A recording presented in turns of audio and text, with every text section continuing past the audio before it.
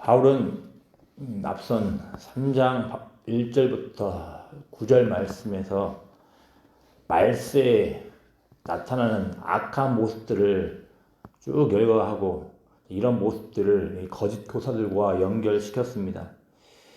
디모데에게 바울이 이런 내용들을 명령했던 의도는 이렇습니다. 이런 자들에게서 속히 돌이키라라는 겁니다. 또 이런 것들에 주의하여서 교회를 이끌어 가라라는 겁니다. 바울이 이제 오늘 본문에서는 이방인의 사도로서 사역했던 자신의 모습들을 쭉 열거해 나갑니다. 또 이런 바울의 본을 진리의 성경과 또 이 성경을 붙들었던 자들과 연결시킵니다. 바울은 거짓 교사들로 대변되는 말세의 모습과 대조하여 좀 어떤 모습들을 언급을 하고 있습니까?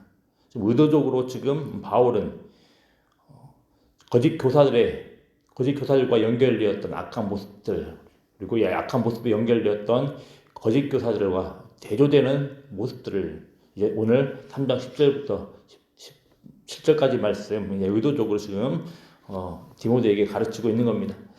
지금 바울은 이 거짓 교사들로 대변되는 말세의 모습과 대조하여 어떤 모습들을 지금 언급을 하고 있습니까? 1절에 보면 이방인의 사도로서 헌신하고 사역했던 바울이 디모데와 공유하고 있을 가르침과 행실 등을 언급을 합니다.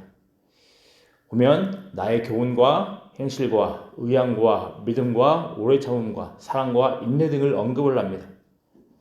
그렇지만 바울은 여기에서 특별히 박해를 받음과 고난을 강조하고 있습니다. 이런 박해와 고난과 함께 언급되는 지명들은 바울이 1차 전도 여행을 하면서 유대인들로부터 박해를 받고 고난을 겪었던 곳입니다. 즉 안디옥과 이고니온, 루스트라라는 겁니다. 그리고 디모데는 이 지명들 가운데서 루스트라 출신이기도 합니다. 디모데가 이제 바울의 2차 전도 여행 때 바울에게 합류하긴 하지만 이미 이방인의 사도로서 박해받고 고난을 겪었던 바울에 대해서 익히 잘 알고 있었을 겁니다. 이렇게 이방인의 사도였던 바울은 앞선 자기 사랑과 그리고 돈을 사랑함과 쾌락을 사랑했던 거짓 교사들과의 분명한 차이점을 좀 대조적으로 언급을 하고 있는 겁니다. 어떤 차이점입니까? 그리스도 예수 안에서 경건하게 살고자 하는 자가 받는 박해와 고난입니다. 한편 박해를 받던 자신을 건져주신 주님의 은혜를 또 언급을 하고 있는데 이 또한 거짓 교사들과 확연히 차이나는 내용입니다. 박해를 받는 것은 당대에 많은 사람들이 생각하듯이 신에게 벌을 받는 것이라고 이야기를 하는데, 근데 신에게 벌을 받는 것이 아니라 오히려 하나님께서 함께 하시는 증거라고 하는 겁니다. 왜입니까? 바울을 이방인의 사도로 불렀던 그리스도 예수께서 하나님의 말씀에 순종하여 사실 때 동일하게 박해받으셨습니다. 그런데 우리 하나님께서는 박해받고 종국의 십자가에 달려 죽으셨던 이 예수 그리스도를 살리시고 하나님 보좌 우편에 앉히셨습니다. 디모데는 바울의 이런 모범, 또 궁극적으로는 예수 그리스도의 본을 따르도록 지금 요청을 받고 있는 겁니다. 이것들을 우리가 살펴보면서 우리 또한 이 말씀 앞에 귀를 기울여야 되겠습니다. 분명히 바울은 디모데에게 이런 내용들을 전하면서 증거를 하면서 교회를 이끌어갈 때 이런 부분들에 주목을 하여 사역하라고 지금 권면을 하고 요청을 하고 있습니다. 그런데 바울은 12절 말씀에서 단순히 디모데만 그리스도 예수 안에서 경건하게 살며 박해를 받는 것이 아니라 그리스도 예수 안에 있는 모든 사람들에게 이 말씀을 지금 적용을 하고 있습니다. 그래서 오늘날 비록 사역자가 아니라 할지라도 그리스도 예수 안에서 경건하게 살고자 하는 자는 모두 동일하게 박해를 받는다라는 겁니다. 피할 수 없이 박해를 받을 수밖에 없다라는 겁니다. 당연하겠습니다. 이 불의한 세상 가운데에서 그리스도 예수를 따라서 경건하게 살아갈 때 당연히 이 세상에서 차이점이 있을 수밖에 없으며 이 세상으로부터 미움을 받을 수밖에 없는 것입니다. 그러니 고난받고 박해받는 것은 당연한 겁니다. 우리 12절 말씀 같이 한번 읽어보겠습니다. 무릇 그리스도 예수 안에서 경건하게 살고자 하는 자는 박해를 받으리라. 아멘. 하지만 박해와 고난만을 받는다고 해서 너무나 두려워하며 염려를 하는 그런 모습들은 잠시 내려놔야 되겠습니다. 왜이겠습니까? 바울을 고난과 박해 가운데 건지셨던 주님께서 동일하게 우리 또한 그리스도 예수 안에서 경건하게 살고자 살면서 박해를 받는 우리 또한 건져주실 것이기 때문입니다. 이것이 우리 하나님께서 비록 우리가 이 땅 가운데서 박해를 받으며 살아감에도 불구하고 하나님께서 우리와 함께 하신다는 증거입니다. 그러니 이것들을 기억을 하면서 우리가 주목해야 될 것은 그리스도 예수 안에서 경건하게 사는 것에 강조를 두고 주목을 하며 따라가야 되겠습니다. 그래서 13절부터 16절 말씀을 보면 바울은 거짓 교사들과 대조하여 이제 긍정적인 면들을 언급을 합니다. 바울은 성경으로 디모데를 가르쳤습니다. 또 디모데의 어머니, 외할머니는 어려서부터 디모데를 성경으로 양육을 했습니다. 자, 그렇기에 바울은 디모데를 향하여서 배우고 확신한 일에 거라고 하는 겁니다. 거짓 교사들의 교훈은 망하는 길로 이끄는 거였습니다. 자, 그렇지만 대조적으로 디모데가 바울에게 배웠던 성경은 또 어려서부터 알아왔던 성경은 그리스도 예수 안에 있는 믿음으로 말미암아 구원에 이르는 지혜로 이끄는 겁니다. 또 하나님의 사람으로 온전하게 하며 모든 선한 일을 행할 능력을 갖추도록 하는 겁니다. 왜이겠습니까? 우리 16절 말씀 같이 읽어보겠습니다.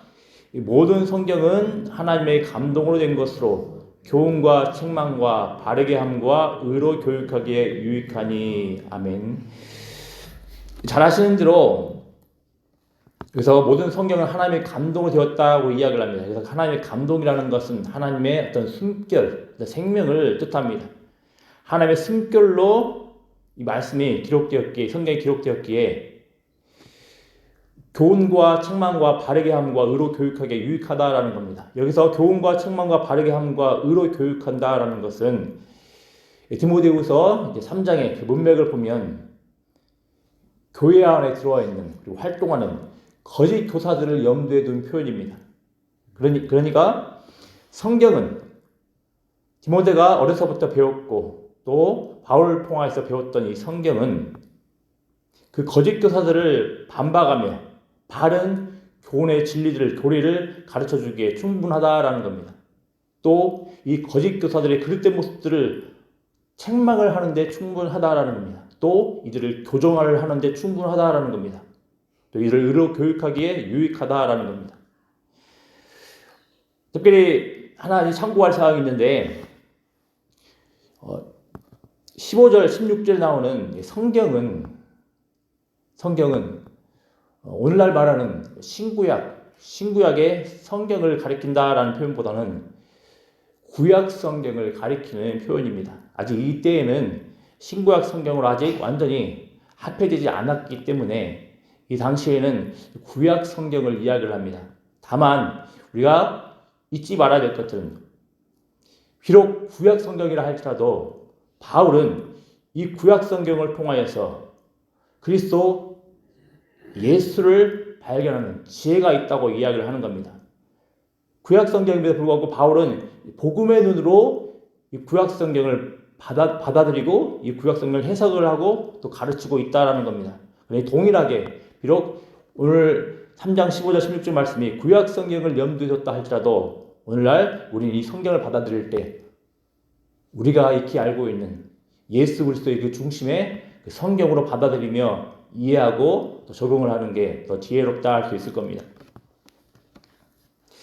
바울은 이렇게 거짓 교사들과 대조되는 것으로 진리를 대적하는 여러 가지 허탄한 신화나 거짓 가르침 대신에 성경에 주목하고 성경에 헌신하라고 디모데에게 요청을 하는 겁니다. 성경은 디모데가 교회에서 사역해 나아가는데 또 디모데가 반대 세력들을 제어하는데 충분한 것들을 줄 겁니다. 또 하나님의 사람으로 사역했던 자신처럼 디모데도 하나님의 사람으로 세워질 수 있도록 도울 것입니다. 그러니 성경에 헌신하라는 겁니다. 여기서 하나님의 사람이라는 것은 일반적으로 모든 그리스도인들을 이야기할 수 있겠지만 더 구체적으로 보면 오늘 문맥을 보면 하나님의 사람은 보통 구약 성경에서 모세의 발자취를 따르는 구약의 선지자들을 가리킵니다. 자, 그런데 바울이 디모데에게 편지를 보내면서 성경이 하나님의 사람으로 사람으로 세우는데 유익하다 이야기를 합니다. 이 말은 지금 모세의 발자취를 따랐던 그 선지자들처럼 바울 또한 이렇게 사역해 나가고 있는데 바울은 이 디모데 또한 함께 그 선지자의 모습으로 생각을 하며 이 편지를 보내고 있는 겁니다. 마찬가지 오늘날 우리 또한 바울이 디모데에게 편지를 보내면서 강력하게 요청했던 것들, 교회에서 사역을 하며 또 거짓 세력들, 반대 세력들에게 반박하기 위해서 무엇에 집중해야 될지 말을 하면서 성경을 언급을 하고 있고 성경에 주목을 하고 성경을 강조하고 있습니다. 마찬가지로 오늘날 우리 또한 마찬가지입니다. 오늘날 그리스도 예수 안에서 살아가기 위하여서 무엇으로 만족을 하며 무엇에 강조를 하며 무엇에 헌신을 해야 되겠습니까? 다른 그 무엇이 아닌 성경이라는 겁니다. 또 무엇으로 다른 자들을 돕고 다른 사람들을 세워나가겠습니까? 다른 무엇이 아니라 성경이라는 겁니다. 또 교회에서 많은 것들, 특별히 우리에게 하나님의 놀라운 구원에 이르는 그 지혜를 가르쳐주는 것, 무엇으로 충분합니까? 성경이라는 겁니다. 다른 것들이 필요치 않습니다. 성경 하나만 충분하다라는 겁니다. 하나님께서 이 땅 가운데 우리에게 하나님의 숨결로 주신 성경은 오직 우리들이 지금 가지고 있는 신구약 성경으로 기록된 하나님의 말씀이라는 것을 꼭 기억하시기 바랍니다.